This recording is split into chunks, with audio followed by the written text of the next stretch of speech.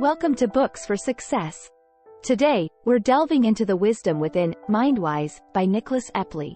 In Mindwise, author Nicholas Epley looks at our ability to read the minds of other people, arguing that we believe ourselves to be far more adept at mind reading than we actually are. He reveals the common mistakes we make when trying to figure out what other people feel or want, and provides an entirely new perspective on how to handle both your own stereotypes and those of other people. Who's it for? Anyone wanting to understand the desires of people around them. Anyone curious about the common mistakes we make when guessing others' feelings. Anyone interested in learning how their own mind works. Before we begin, subscribe and ring the bell for notifications if you want to keep receiving the knowledge of book summaries about health, wealth, love, psychology, and much more. Don't be shy about dropping your book suggestions for us to summarize. Also, you can use this video as an audiobook summary. Let's grow and succeed together. What's in it for me? Learn how other people think by getting to know your own mind better.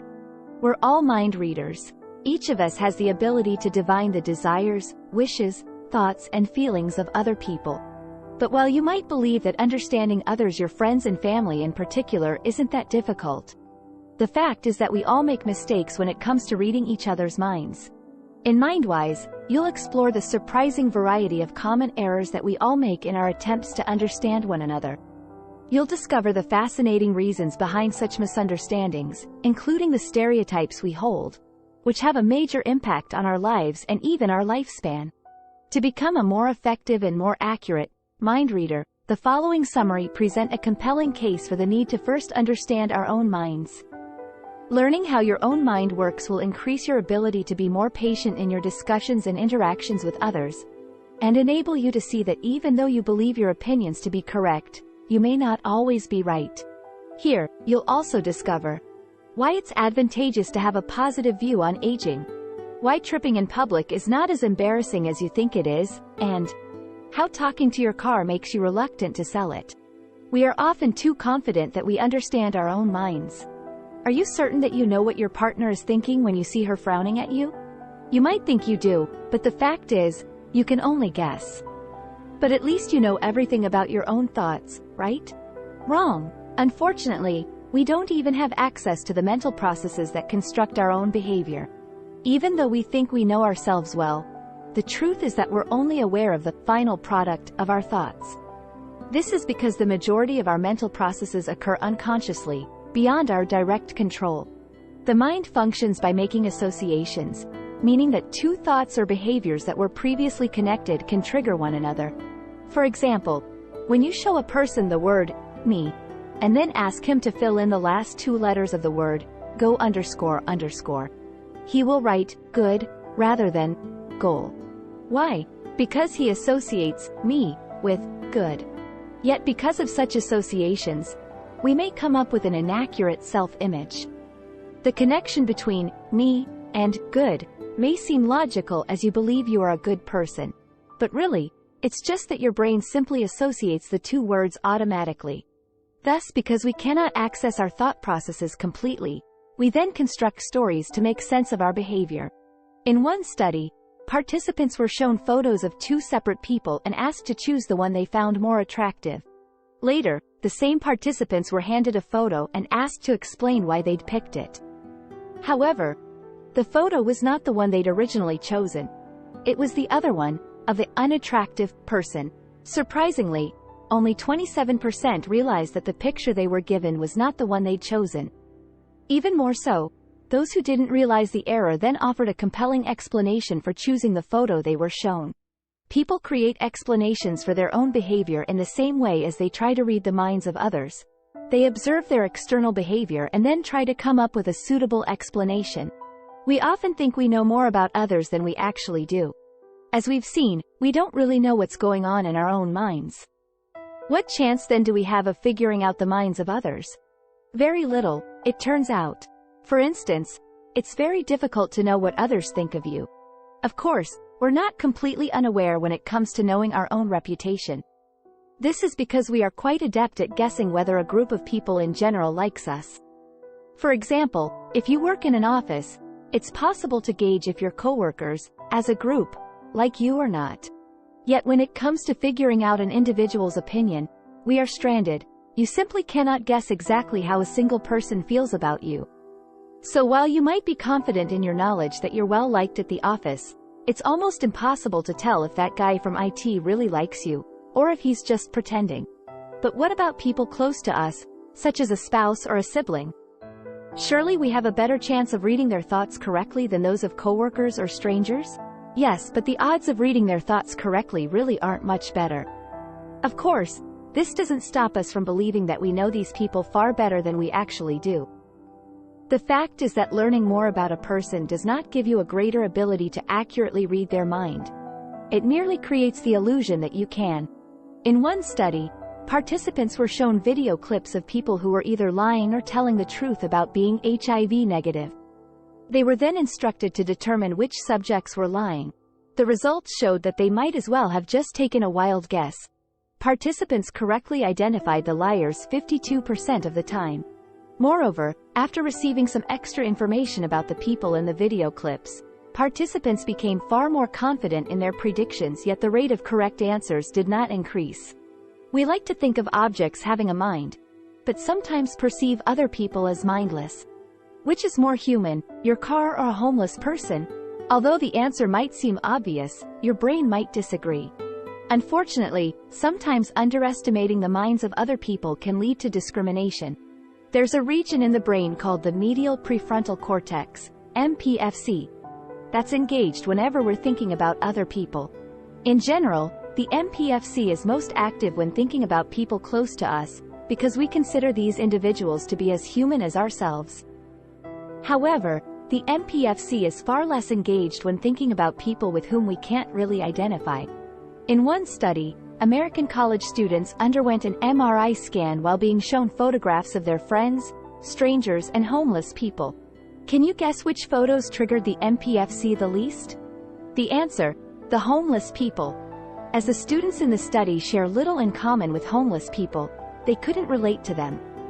And as the MPFC was not stimulated by the images, the students thus struggled to see the homeless as mindful humans. At the same time, however, we sometimes ascribe human qualities to inanimate objects. In another study, car owners were asked questions about their vehicles.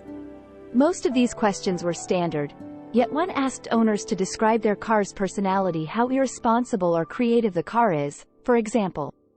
The people who attributed such human qualities to their car were less likely to consider selling it than those asked about the car's basic mechanical qualities. Considering an object as mindful can thus affect the way you treat it or feel about it. If we see ourselves as sharing similar human characteristics with a car, we can therefore relate to it. When approaching a problem, you start from your own egocentric point of view.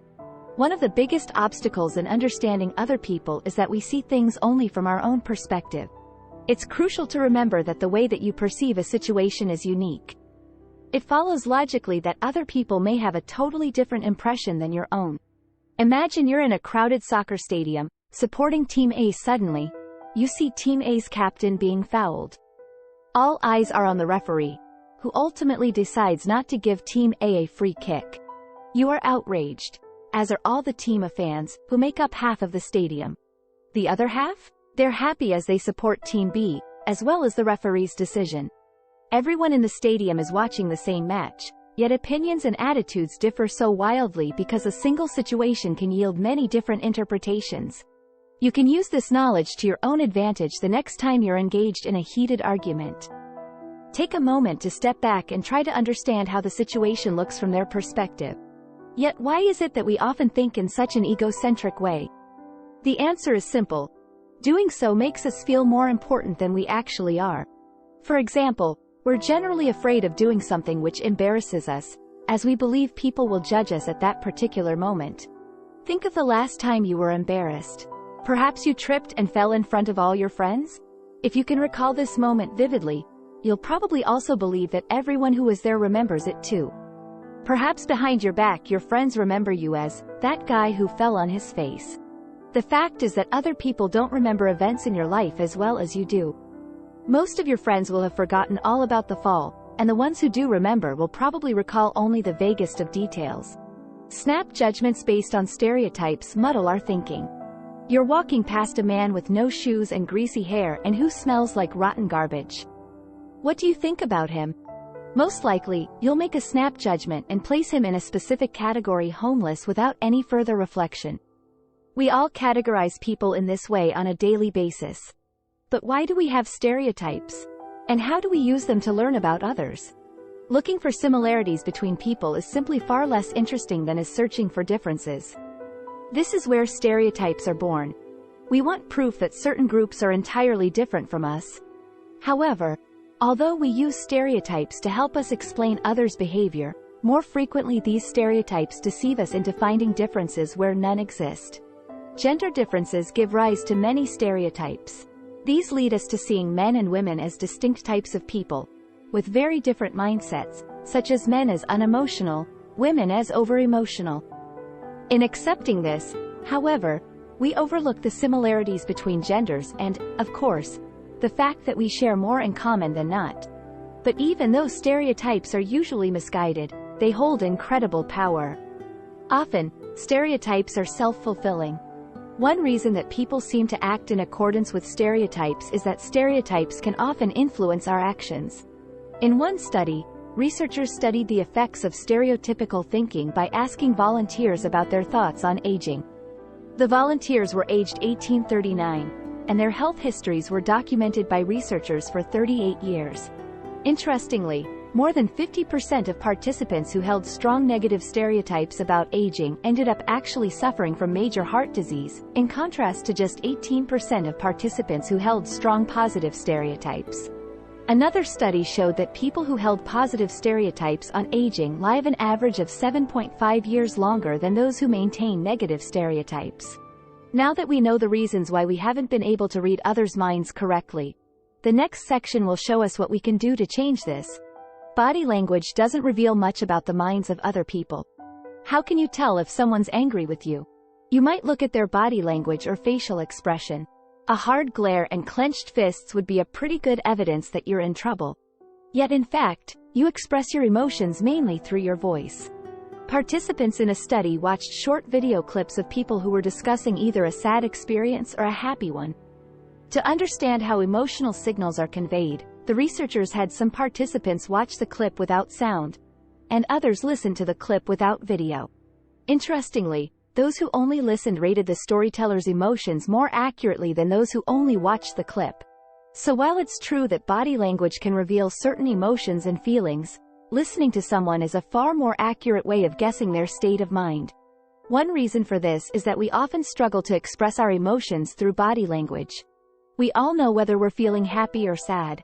For this reason, most people believe that their emotions are equally obvious to other people. But this isn't true, as our facial expressions reveal little about our emotions. In another study, participants were instructed to look at photographs of emotionally rousing things, and then to express their feelings openly or attempt to conceal them.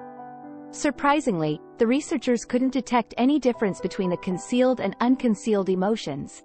Furthermore, not being aware that others may not be able to read our emotions can cause misunderstandings, especially in romantic relationships. If you're angry because your partner has forgotten your anniversary and think that your disappointment is written all over your face, you might be even more crushed when your partner still fails to read your emotional signals and respond appropriately. Getting someone's opinion directly is better than trying to assume someone's perspective. Your mom's birthday is coming up, and you want to choose a great gift for her, a present that shows how well you know her. How do you determine what she'd want to receive? While it may seem reasonable to try and take another's perspective to imagine how the world looks from their point of view, doing this to figure out what that person might want will probably fail. It is simply impossible to know how others feel with any degree of certainty. As you're shopping for your mom's gift, you ask yourself, what would she really like? To answer this, you try to put yourself in her shoes. Perhaps she has recently taken up oil painting, so you consider, if I were her, what would be useful to my painting? Unfortunately, this approach is ineffective. You have no idea whether she's happy with her current painting equipment. And even if you do know, you can't avoid thinking about the gifts that you, not she, would like. So if it's impossible to get inside another person's head, what can you do to figure out their perspective? Simple, ask their opinion. You could ask your mom directly what she would like for her birthday. While this might seem a boring approach, it's actually the best one, given how difficult it is to guess someone's wishes accurately. Yet even when asking outright for someone else's opinion, there's still room for error. To ensure you're getting the true perspective, it's crucial to understand your partner completely.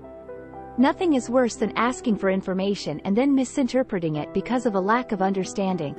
For example, you learn that your mom wants a new book for her birthday.